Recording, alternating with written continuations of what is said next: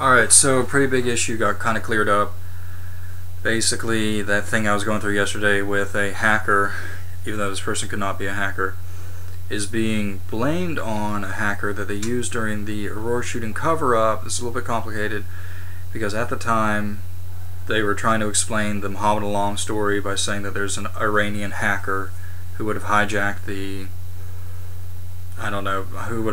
story somehow right at the very beginning, and consequently pretend as though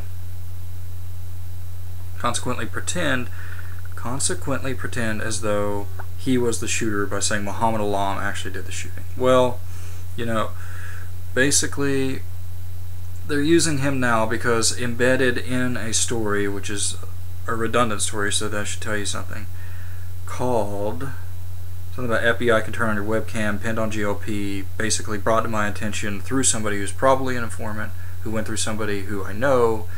Regardless, whatever, in there, what do? They talk about Mo. What's the Mo's connection? Mo's connection is the Aurora shooting. Is this the way that by which they communicate with you? Yes. For whatever reasons, very indirect. Is that a problem? Yeah. Why? Because I want people to communicate with me rather than impersonate me, right? So people are communicating with me. Instead, there's an impersonator acting like I'm communicating with them. That's problematic. Apparently they thought that was problematic. Whatever, it was good that this happened because now this is being called out. Basically, is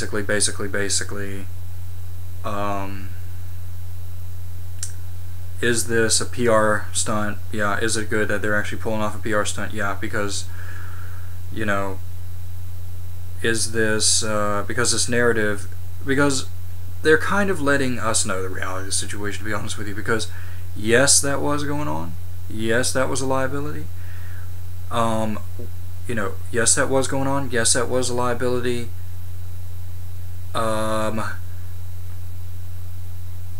It needed to be called out. What may have been the case, giving them the benefit of the doubt, was that there were these abusive institutions going on at the time, and when law became more conscious,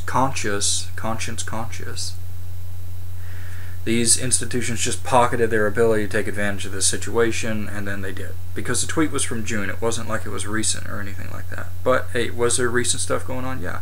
Is there a possibility for that? Yeah. That's why I had to say, only trust what you see in the videos anyway.